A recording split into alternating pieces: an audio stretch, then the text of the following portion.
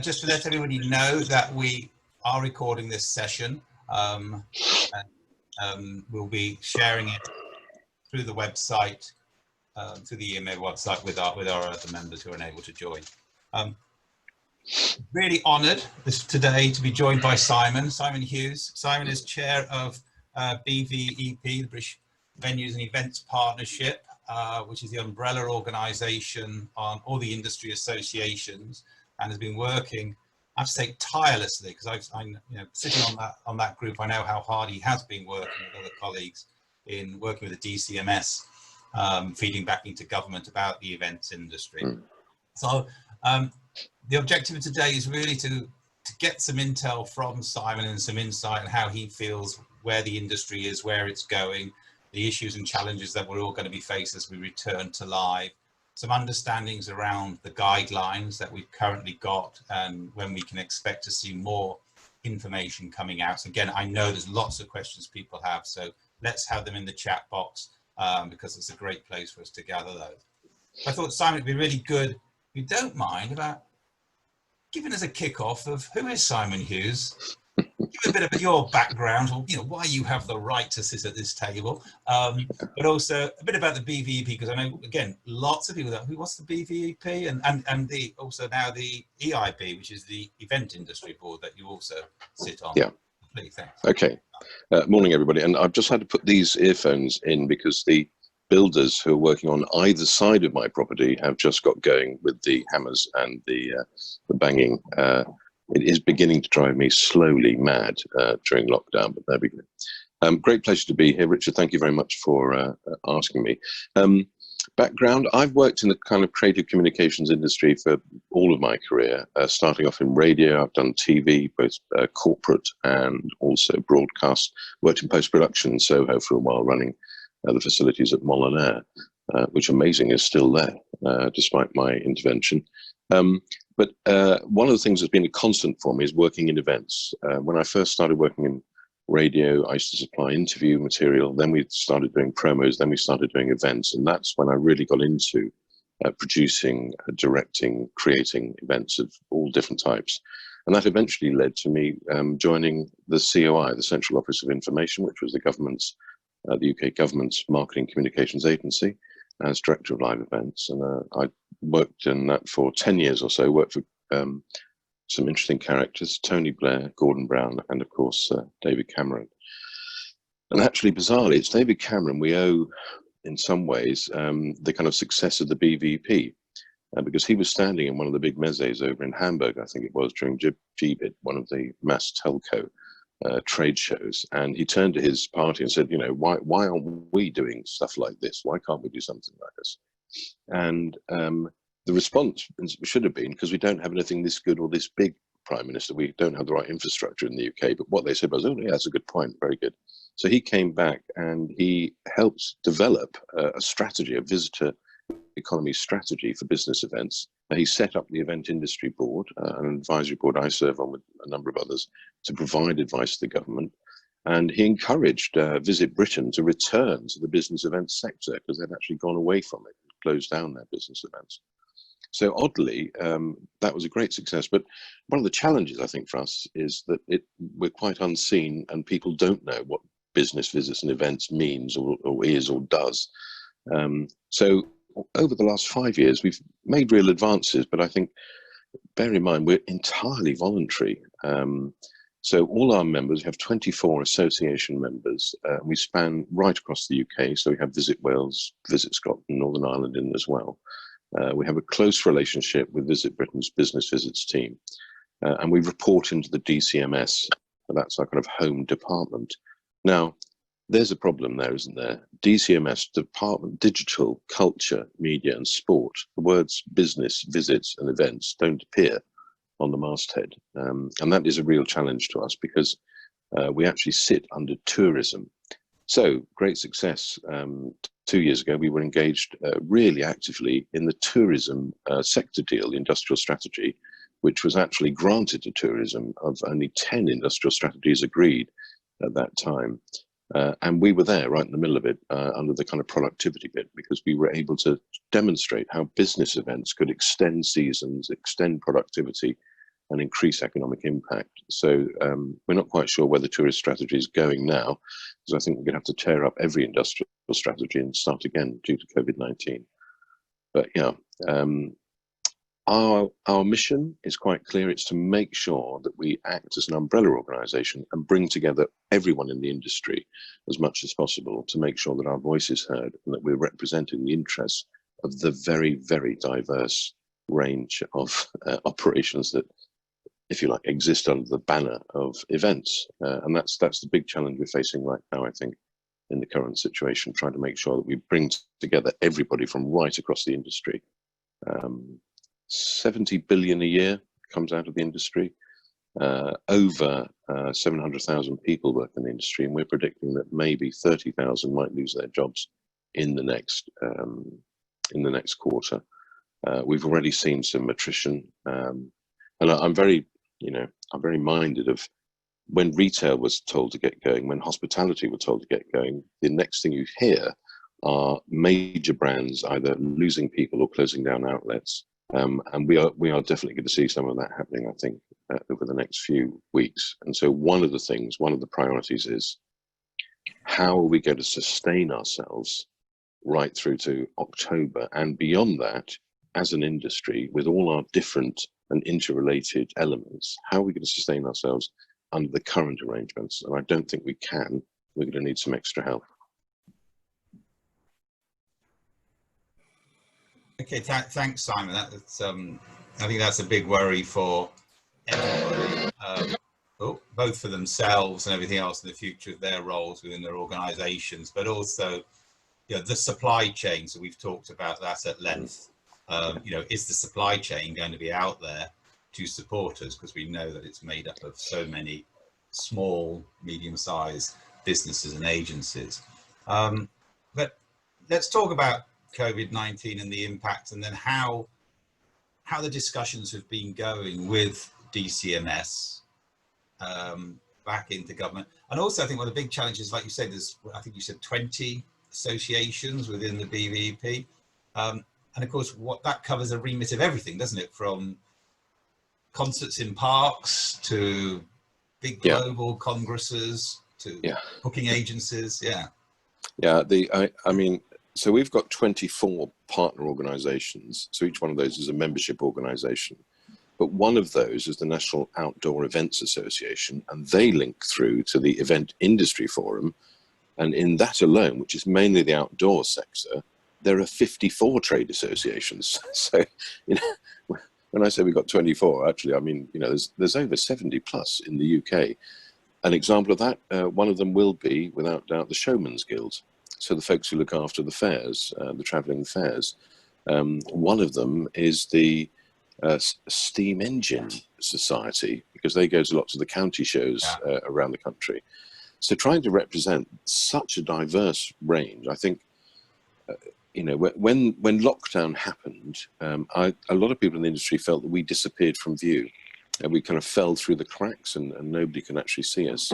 But what we do know is that the coming out of lockdown is much harder than going into lockdown.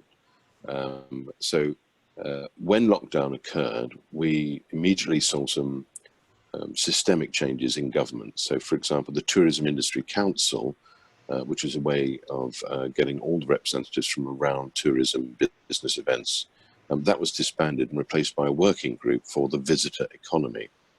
And in that working group, we put two of our organisations, our member organisations, the AEO, the Association of Event Organisers. So those are the big trade shows, exhibition representatives. They've been in and they've done the guidance for that particular sector. And we also put in the Meeting Industry Association, and they worked on the kind of meetings and conference guidance. And both of those bits of guidance are now available in the visitor economy guidance. This guidance, I'm sure some of you have had a look at it already, is it's a cumbersome thing. It wasn't quite delivered in the way that we thought it would be. Our opening gambit was, as an industry, let's have some very top line guidance. Let's have some very top line principles from government about dealing with COVID-19, and then let's default immediately to really detailed expert guidance that's been developed by practitioners in particular sectors. And that hasn't quite happened, I don't think. And consequently, there are, of course, lots of questions and lots of confusion and lots of unanswered worries that people have. So we've been given a start date for all kinds of activity beginning of October, but there was this issue about doing some pilots. And pilots had been agreed in other areas like sport, some cultural stuff, and for some reason we've got caught up in that as well. So the question is, what success look like for those pilots? When are they going to take place? Where are they going to take place? Who's going to organise them? And will all of that be done in time for us to get a proper kind of head start for rebooting in October? And to be honest, I don't know the answers to all those questions right now, but they are top of the list of the questions that we've been asking. I've seen something from Etc. Venues and Visit Britain coming out to be doing this sort of, I don't know if that's an official pilot, but looking to connect 4 or 5 venues across the UK for event industry people, sponsored by Visit Britain, to have an industry conference. Yes, that's not one of the official pilots that's been planned, but it is an initiative that has been kind of put forward by Etc. Venues to help bring the industry together effectively to have those conversations. So, you know, in other countries, we've seen a slightly different approach where the industry has come up with pretty much a service level agreement and said, okay, this is what we're going to stick to. And the government's gone, that's great, we'll sign it off. Now, from our perspective, from everybody working in the sector, the best thing that we've got done is that this is all based on an individual event, having individual risk assessment with input in terms of COVID-19 guidance that we are responsible for. And I think because that's such a kind of fundamental thing that we're good at doing, and we do on a regular basis anyway, I'm really pleased that that's kind of the basis of this whole thing, is to make sure that we undertake a really thorough risk assessment. And of course, the irony of that, Richard, surely, is, you know, the UK government has a national risk register, and that risk register identified a global pandemic as being one of the major risks for our country, and yet they didn't do anything about it. You know, at least we've got the opportunity to control our own risk management process and be aware of the Public Health England demands in terms of additional biosecurity around that. And a lot. Sorry. Do you think is there a bit of a cop out here from the government's point of view, or is it more about saying? Because I know that the 3 or 4 of the associations have put some serious papers together. MIA, HBAA, Chris AEO, some papers into the DCMS, and is then government sort of saying, okay, use the top line guidelines that we've created on health approach and everything else. As long as you work with those, you can return to events, and the responsibility is kind of pushed back to you guys, or I think a lot more rigid. You can only do this. I think there's something going on that we're not cited on. Actually, I don't want to depress everybody, but there is something going on, because in the release there was specific reference to being careful at conferences where people might be speaking loudly for an extended period of time, and ensure that the ventilation was being effective and efficient, and look at the advice from Public Health England. A lot of us in the industry could not understand why we were being delayed. Why were barbers coming back and we weren't? Why were pubs open? Why could you go to a bingo hall, for goodness sake, before you could go to a professionally managed and organised event run by a major corporate client, for the benefit of our economy? So there is something, I think, lurking in there. And to come back to this point of, are the government kind of passing it to us? Actually, a lot of the guidance that was originally put in by experts in our field has been watered down. And that's happened particularly over some of the kind of safety measures that we were proposing based on international best practice. And I think that was probably because we were saying we'd put visors on everybody, we'd give everybody masks, we'd do this in terms of mitigating social distancing changes. And actually, there was a kind of resource issue. They didn't want us to start putting visors on everybody. They couldn't cope with us suggesting all the serving staff might be wearing masks. So some of it's been actually watered down a little. So two things. It isn't as robust as I thought it could have been, but it is down to individual risk assessment, which is a good thing. And the second thing is there is something going on about this kind of throwaway line of speaking loudly in a conference for an extended period of time.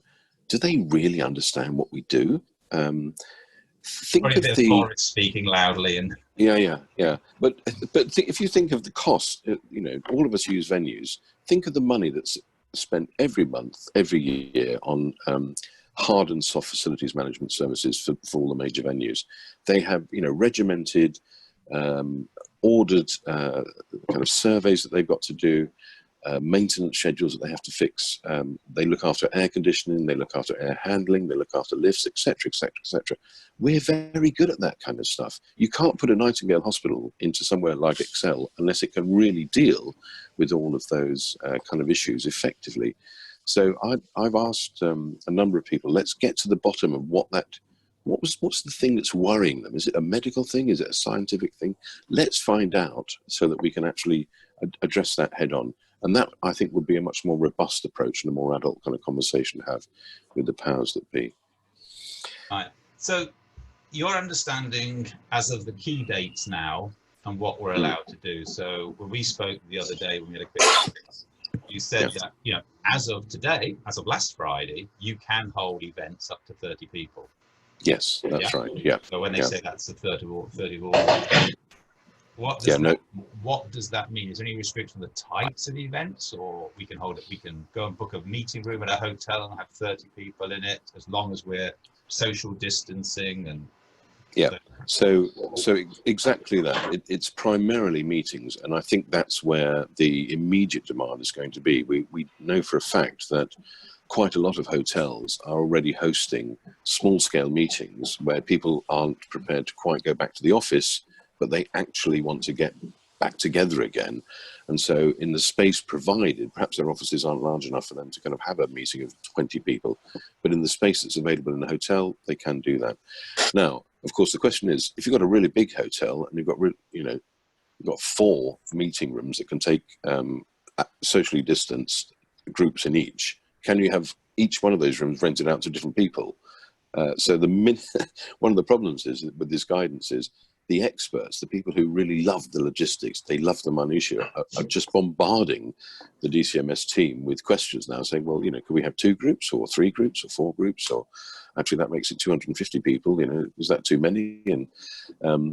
And so there's lots of revision and review going on in the hub at the middle of all of this constantly to try and answer all of those questions. So if anybody has, you know, tricky questions or detailed questions, feed them through to us and we'll quite happily pop them into the team dealing with things at the DCMS. Yeah, so there's one here as well, I think we touched on this the other day, is that does the 30 have to include staff? Now, I don't know, person is meeting, first of all, does that include the event management staff or the hotel staff, whoever's physically in that room? I'm sure there's a little bit of nuances there. Well, again, and one of the challenges is that a lot of this will be down to the local authority in terms of the people who license those premises to operate. So, for example, we found out when weddings were allowed with 30 people, that for some local authorities, they said, well, that's 30 guests and the bride and groom, that's everybody, that's great. Other local authorities said, no, wait a minute, that's 30 people, but that must include the registrar, and it must include anybody like the wedding photographer, and it must include anybody who's pouring out glasses of water at the back of the room or outside in the tent. So actually, it's a varied picture from which local authority you're operating in. Our early indications are in major conurbations, major cities, because they understand the value of events and how important it is to get them going again, they're being much more sensible, and they're saying, it's 30 guests. But do check with the venue that you're working with, or do check with your building people if you're doing it internally in your own premises. And they should be able to tell you. That's important then, isn't it? That the venue that you're talking to, so if you stipulate, okay, we want to have a meeting for 50 people or 30 people or 28 people, they're the people that say, yes, you can host that here. Yeah, absolutely. That means they've got 5 staff, or if you've got 30 guests plus 3 members of staff going to be on site, is that okay? That's up to that. They will then say, yes, you can, because they've got their guidelines through their local authority that they sit under. Yes, yeah. That could be Birmingham, Manchester, Leeds, London, Buckinghamshire, whatever, Yeah, and I think the other challenge too is that if you look at the guidance for the visitor economy that is available, it's constantly peppered with links taking you off to look at other people's guidance. So I can understand why people get confused and why there's so many questions being generated, because you could easily use a whole day and still not have properly read every single bit of guidance, because the minute you go off into somebody else's guidance, there's another bit of guidance that you've got to have, another hyperlink taking us somewhere else. It is cumbersome, but we are trying to work hard with officials to make sure we clarify as quickly as possible and as much as possible. When do we expect further guidelines and clarity to come out, presumably through the DCMS? Because there's talk about this week or next week.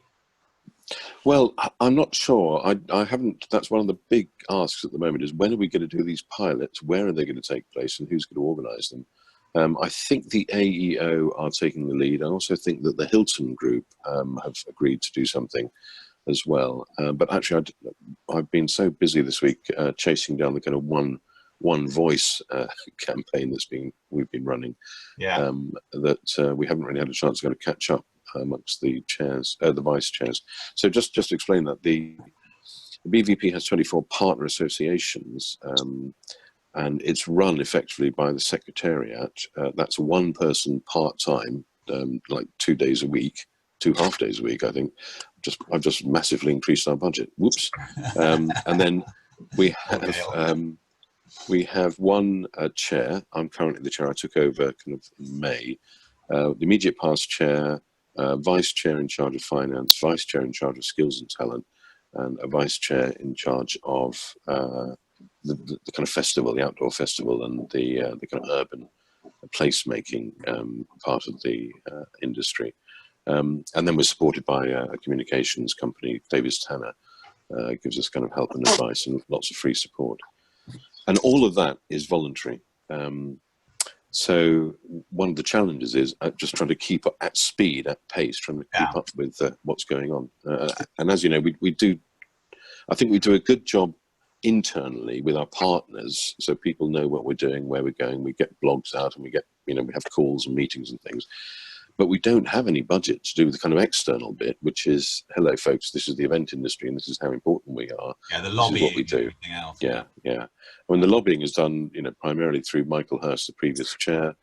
He runs the advocacy and lobbying kind of work group, and I do quite a lot of it as well. And I think, our members have said there's been a slight shift in tone of voice. We've got a bit more aggressive over the last couple of months because we've just had to.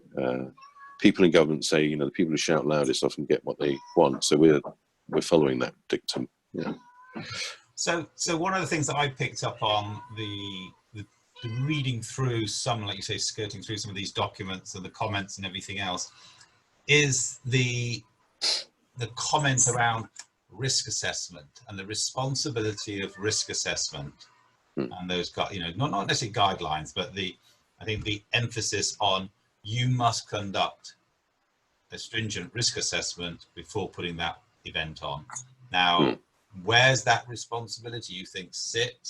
Is there going to be any guidelines around that? Or, because we started to produce like checklists for risk assessment to share with our members, for them to, our process is that you now need to adopt your own approach on this, but you need to look at what you need to be doing and the questions you need to be asking. Well, I think that first of all, there are some very good templates being produced as part of the guidance, the specific guidance. So if people haven't got any templates that they use on a regular basis, there'll be plenty there to actually use. And also, I think COVID-19 has been a massive disruptor across the globe. And like all disruptors, it means that things will change in terms of the way we do things. So I think actually we're going to find much more collaborative approaches being taken between, say, venues and agents or people booking or the clients coming into those spaces. So the venues have often and already invested significant amounts of money in mitigation. I'm personally still working as a non-exec director for the QE2 Centre in Westminster. And we've invested a lot of money, even before any guidance came out. We were looking around the world at the technology that's being deployed to help bring live back. And we've invested in significant amounts of kit to enable us to do that. We've invested in additional kind of technical support so that we can do more hybrid events, as we've seen demand coming from people for that. So maybe, get 100 people together in a space in October, but actually send that out to the whole global network of people. So we've done stuff like that. So I think there's going to be more collaboration between more interesting conversations and productive conversations as a result of COVID-19 moving forward. I definitely see that as a kind of one positive thing out of this absolute disaster that's befallen us. Okay. We had a EMA leadership call on Tuesday, and interestingly enough, one of the discussions came up there was it's a bit sort of around sort of the brand risk and challenge to the businesses of going, who's doing an event, going first, what could happen. So we definitely generally feel that it's going to be longer term. No one's bashing down the doors for the 1st of October. There's certainly a few things happening. Got one of our members I can see is on the call who's got something happening next week, and then a meeting in Amsterdam the following week. So things are starting to happen. But one of the big concerns that came up is travel, and if we're doing an event at QE2 Centre, don't necessarily have a problem. Think that we know we can rely on the people at QE2 Centre to do absolutely due diligence. The place will be spotless. But I've got to get on a bus. I've got to get on a train. I've got to get there, and that's potentially where things can go wrong. And are we getting anything from London? Well, particularly London transport, but other at the end of the day, it's transport across the country, isn't it? Yeah, no, we're not getting anything. Now, in fact, I attend a meeting on behalf of the BVP every week at the moment, which is the Tourism Industry Emergency Response Group. So it's been particularly focused on COVID-19. And for weeks, we've been saying, wouldn't it be a good idea to get somebody from the Department for Transport or Transport for London or on board as somebody from the kind of border agency to talk to us about the impact of travel, whether that's international or domestic. And how many of them have turned up? None of them have turned up. So it's a constant bugbear for a lot of us working in representing businesses that are interested in these kind of fundamental questions. Why aren't they turning up? What have they got to say? And the mixed messaging about don't use public transport. I live out in Hampton, so if I wanted to get into the QE2 Centre for a board meeting or something, when that starts happening again, my options are train, that's public transport, or I could walk, but it would take me 4.5 hours, I've worked out, or I could get a cruiser from Hampton Court and go by boat, but they're bloody expensive. And so, it's a real dilemma. So I think, in answer to your question, what are we going to see? We do need to get confidence back on public transport, and we do need to see how a kind of managed shift in rush hour might work, how social distancing might be actually enforced properly during a proper busy period. Remember, we've got people in our industry who are brilliant at planning major crowd movements and travel arrangements, who work out city footprints for Olympic Games brilliantly, who put volunteers in to help marshal and help organize people in terms of flow. We should be calling on them a lot more, I think. But also, I think in the immediate short term, we'll see much more small-scale domestic activity. And I suspect that we might find lots of hotels around the extremities of large conurbations. So hotels in a kind of city. Well, look, So the hotels on the hotels in the country hotels. Country hotels with bloody great big car parks will be doing quite well, I think, in the short term. because I think people might be much more relaxed, and their confidence would be, enable them to jump in the car and drive out to, I don't know, Basingstoke, or drive out to Hertfordshire somewhere, or Watford Gap, or wherever, and go into a hotel and have a meeting there. Yeah. I think that's where we might see that, the focus. But everybody's pretty much convinced it's going to be small, and it's going to be domestic until we sort out kind of international business travel again.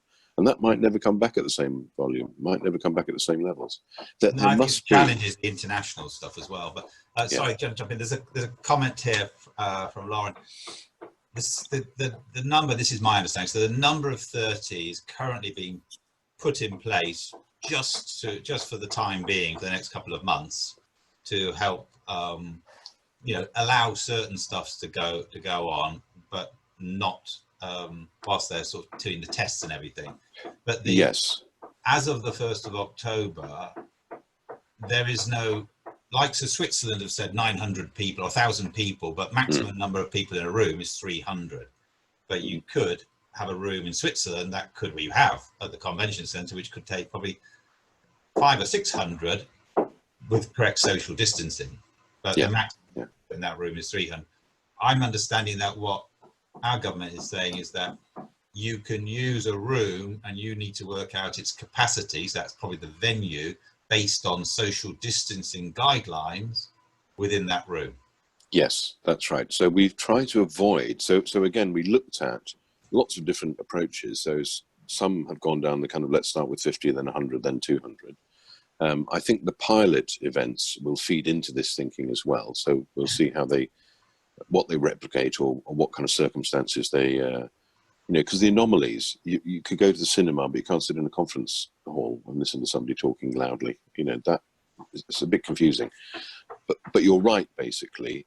We've tried to avoid specific numbers, but we've tried to encompass that within the social distancing guidance of 2 meters, or 1 meter plus additional mitigation. So it will be about thinking about how many people you need in the room, and which size room, therefore, you're going to have to look to put those people in. So at the moment, there are no restrictions. It's about that individual event risk assessment, working within the guidance in terms of social distancing. And presumably that comes down to what room setup. Yes. And whether it's a class, and of course, one of the things that influenced this is the very good work that our colleagues in the kind of outdoor events thing did, because they really didn't want to get stuck with limits, because they were saying, well, if we've got a county show going on and you say we can only have 500 people visiting it, it's not worth putting the county show on.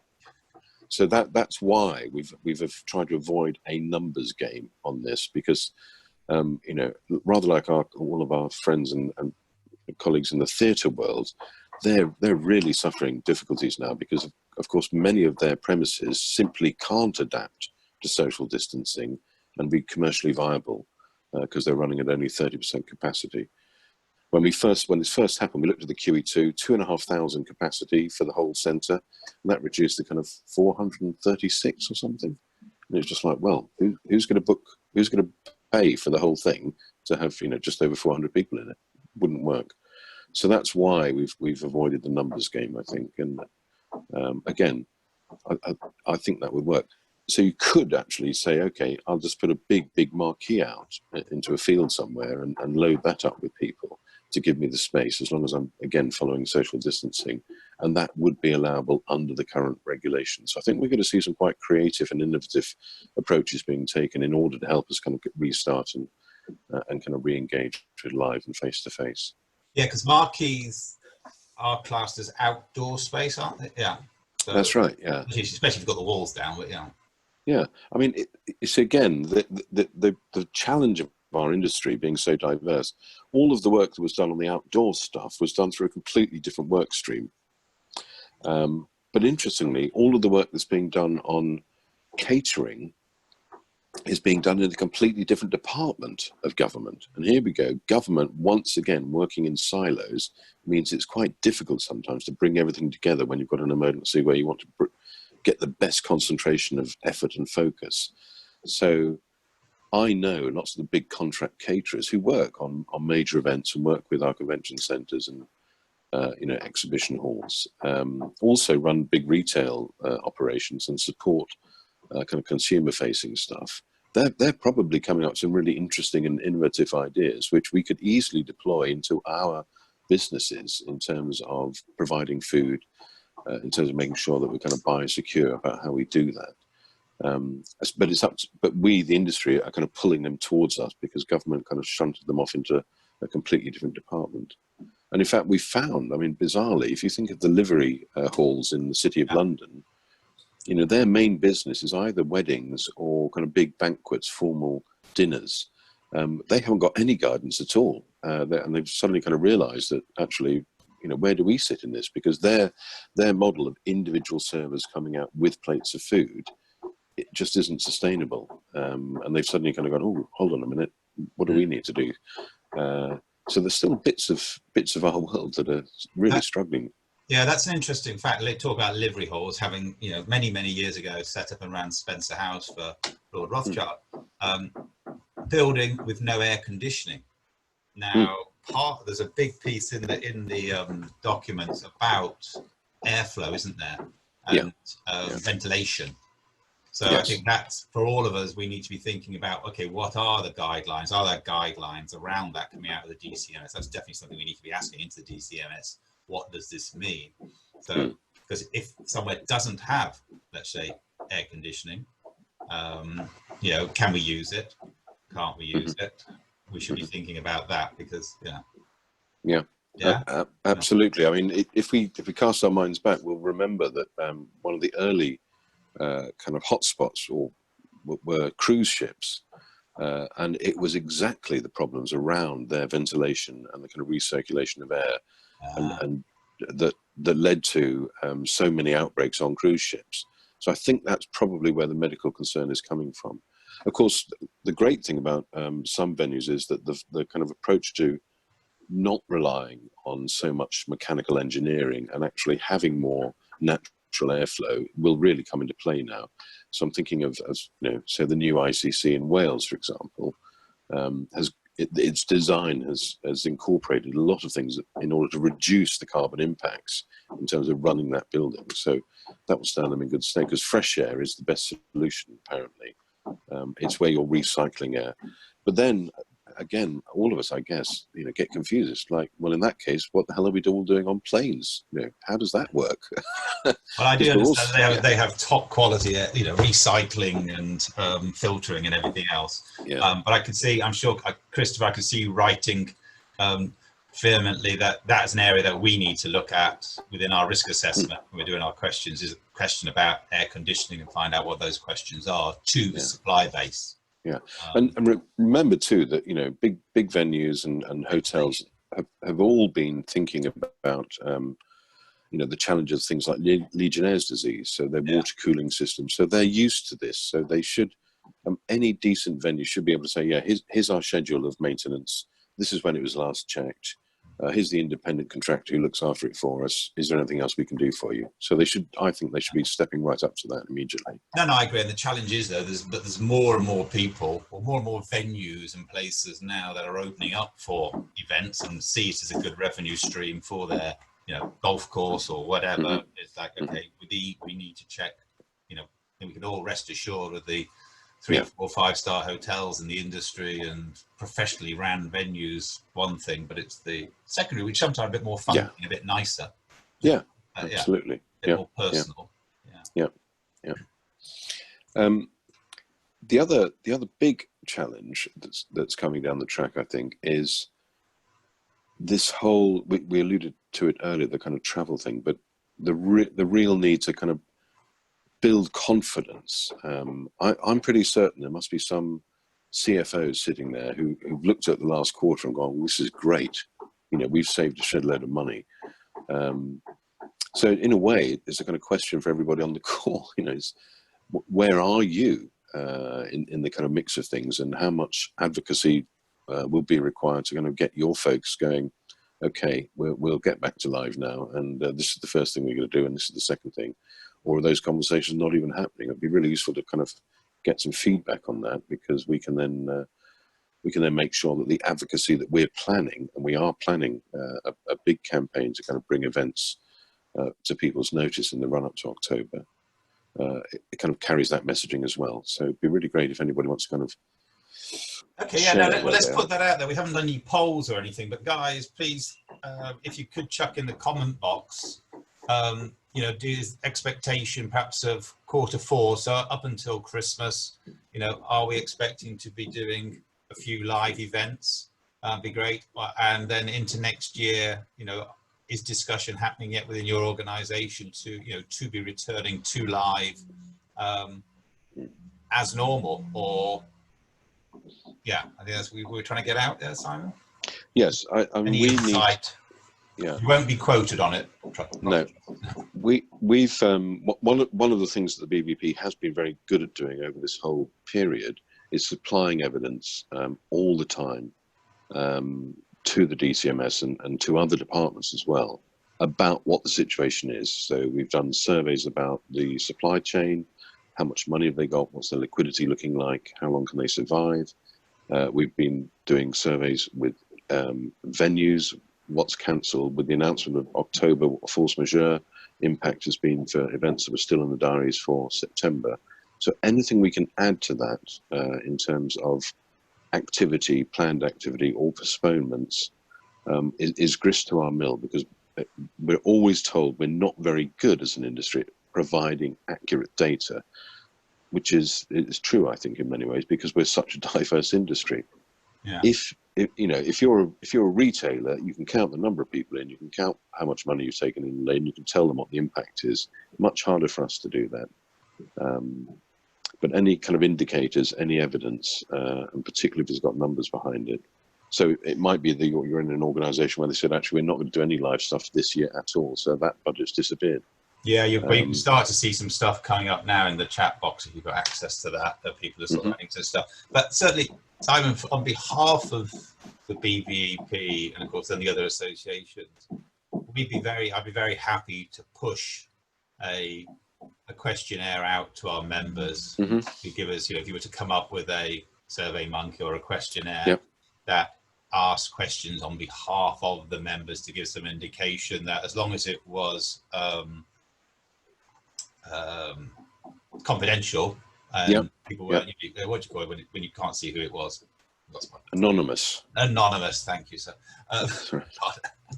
going screen crazy already. But yeah, if it was anonymous, then members would be happy to comment what they have a challenge with because of corporate compliance and confidentiality. That many of the members are not allowed to be quoted publicly or can say that, you know, so and so said this from ABC company or this came out of the company. Yeah. So anonymous. No, we used to when I ran Eventio, which subsequently became EVCOM with its merger with IVCA. We used to have corporate dinners where we'd get in heads of events, directors of events from major corporate clients.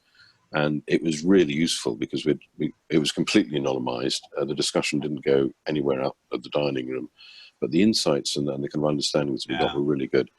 And I'm slightly worried. One of my next door neighbours works for AEG, and they've just cancelled everything for 2020. Just everything's gone, and they're all looking at 2021. And you can see that here. So one of the things that we need to do is prepare how we might, or what kind of survival package might be required to bridge that gap that I think could open up. Because it means if actually a lot of people are saying the confidence isn't there, the scale isn't there, we're not quite ready, it will be 2021 before we get going again. And I've heard that from people. I've heard people say, you know, it might be spring 2021 before we really get going again.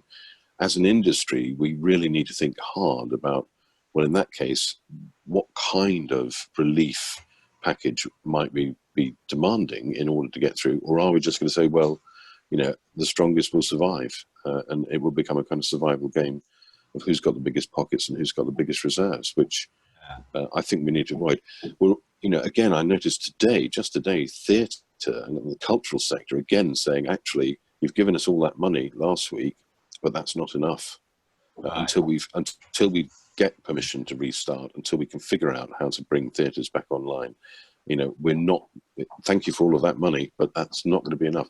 And I think we need to be planning to have that kind of ammunition ready to go sooner rather than later, I suspect.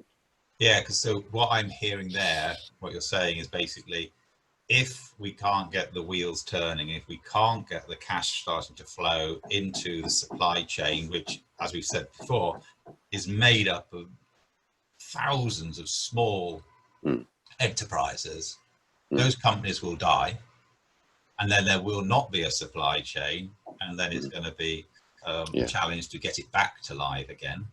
I was talking to one of the big exhibition organisers, international organisers, earlier this week, and they were saying how there was one particular company that they've used for 30 years has just gone, and they were the kind of go-to people, small business, SME, probably employing about 30 people, but with truckloads of experience, really good reputation, the go-to people to get things sorted out, gone. And we're going to find that's going to keep going on unless we come up with some really creative and innovative ways of gaining support and doing things that can keep people going. Yeah, one thing which is quite good, there's been a couple of comments here about watching the time, so keep the comments coming, guys. We've got push on for another 10 minutes, but like flexibility around venue contracts and stuff like that, if a venue is going to need to be much more flexible, which allows the corporate to say, okay, yes, we'll have a go at this, we'll do this, we can cancel if there's a spike, and stuff like that. And again, perhaps that's something that the BVEP could help facilitate. I mean, I could do it with like HBAA and a couple of the key sort of business meeting associations, and perhaps have a round table discussion on how this, these are the issues and the challenges. I could have a couple of our corporate members talk about the issues, challenges that they see.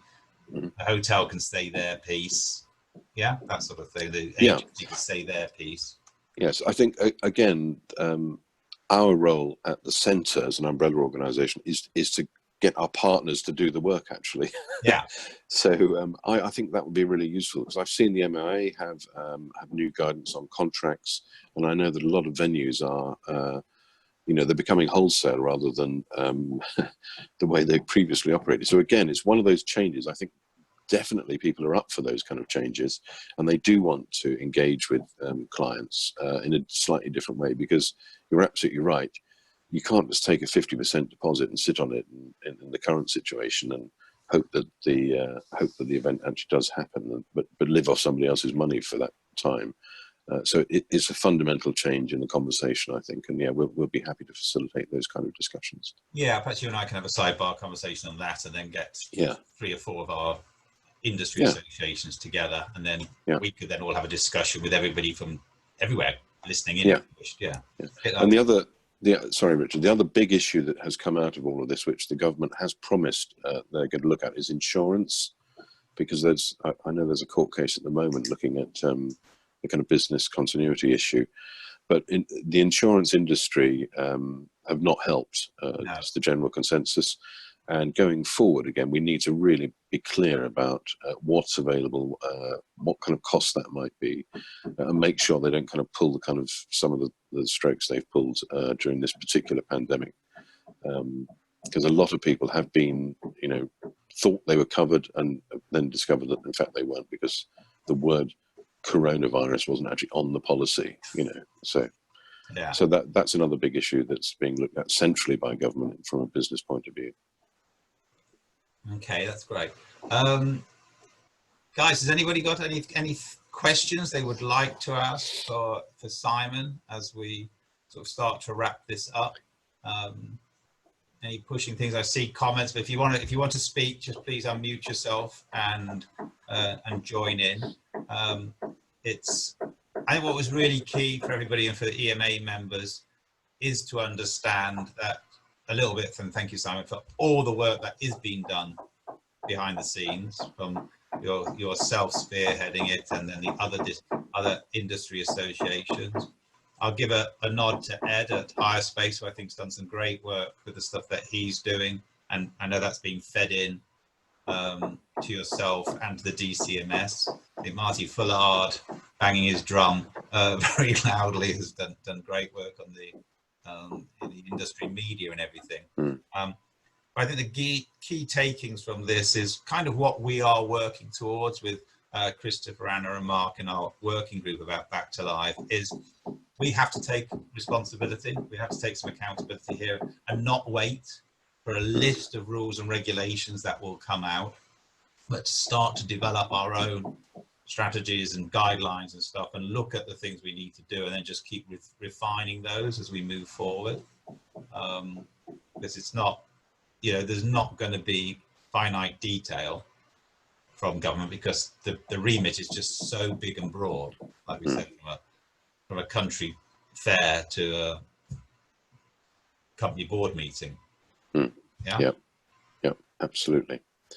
And I think too, the final thing I'd say is we are looking at this big advocacy kind of PR campaign in association with the folks at National Media, but also all the other trade press we're trying to drag into that. And as of last night, between Rick Staten, who's a founder, director of Smile, which is one of the big production companies, we've got probably pledges of worth over £20,000 for a campaign to be paid for. So it will be a paid for both consumer facing and also for kind of government lobbying purposes.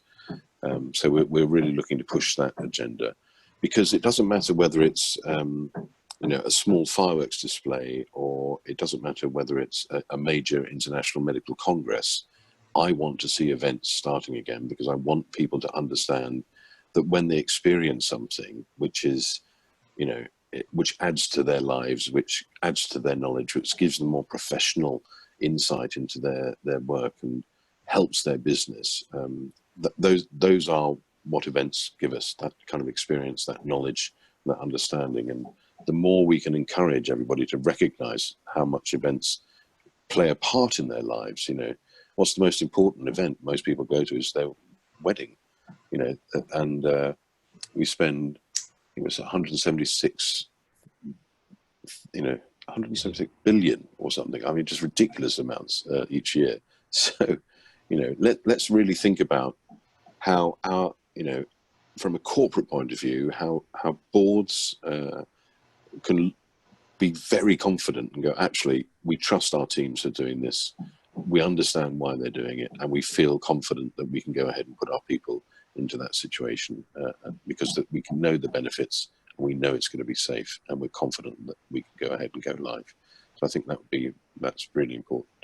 Yeah, I think just to sort of close on that as well, one of the discussions that we've been having within EMA is a sort of process of change from event management to, and why we called ourselves 5 years ago event marketing, because it was not the process of putting an event on, it was the reason for putting an event on, and the marketing concept and everything else. But even now, we members have started to talk about engagement marketing, because I think going forward we have to go beyond the event and the physical event, but the reason, because I think it will be an absolute integration of technology and both live. I think companies will have seen that we can hold events on technology platforms, but we can also do the hybrid, and we can connect, we can help. I think there's a big thing here. We want to do something on sustainability and on, help drive down,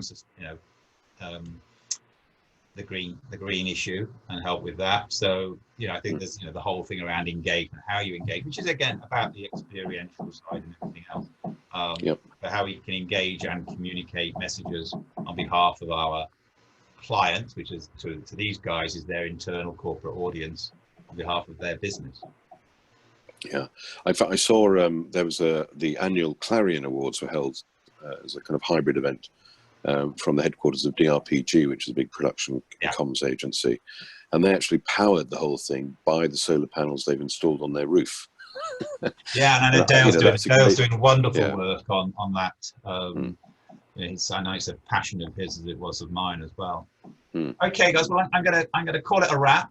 Simon, Good. thank you so much. I know how busy you are. That's right. Everything that's going on, your head must be frying with, with all the different departments, all the different groups you've been talking to on behalf of the industry, and all the work you, Mike, Gail, your vice chairs are doing, back into the DCMS. It's greatly appreciated and valued by everybody within the industry. And on behalf of the EMA and our members, anything that we can do to help, we will. And it'd be great to, that momentum back into the corporates to drive the message internally within their organizations of the value of live and we will be working on best practice and governance, and particularly around the risk assessment and making sure that we have a formulated approach to risk when we're looking at venues. Terrific. Simon, thank you very much indeed. Thank you, everybody. Next week, next Thursday, just let you know, we haven't got a meeting on Tuesday. There's no leaders doing those alternate weeks. Next Thursday, we are going to be having another discussion with our internal group on back to live and taking this stuff and the things that we're now knowing about, just evolving the process that we're on. So everyone, thank you very much indeed. Have a great weekend.